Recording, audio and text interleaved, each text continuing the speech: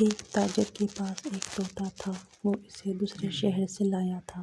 ایک دن اسے کاروبار کے سلسلے میں دوسرے شہر جانا پڑا جہاں سے وہ طوطے کو لایا تھا۔ اس نے سوچا طوطے سے کچھ پوچھ لوں۔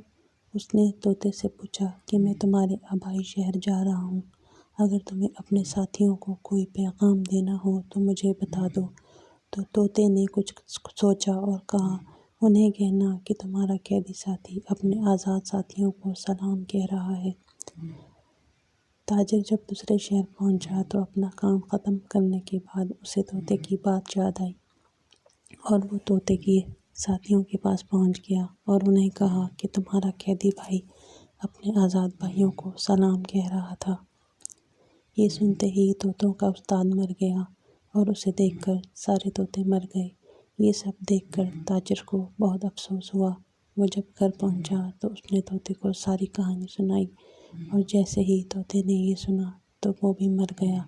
تاجر بہت افسردہ ہوا۔ اس نے سوچا کاش میں اپنے طوطے کو وہ سب نہ بتاتا۔ اس نے طوطے کو پنجرے سے نکالا اور باہر رکھ دیا۔ جیسے ہی اس نے طوطے کو باہر رکھا، طوطا اڑ گیا۔